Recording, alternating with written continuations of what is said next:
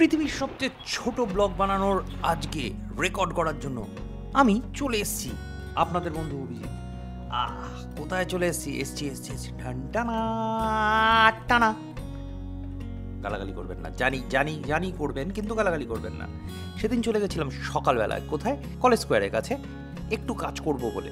তো যে কাজ সে কাজ তো মিটলো না, কিন্তু খিদে, মনের পেটের খিদে সে তো মেটাতেই হবে। সেই জন্য ঢুকে বললাম সেই বিখ্যাত পুটিরামে, এবং সেই পুটিরামে ঢুকে নিয়ে নিলাম গরমা গরম 4টে কচুরি ইকুয়ালস টু 32 টাকা, এবং তারপরে নিলাম এই জিনিসগুলো।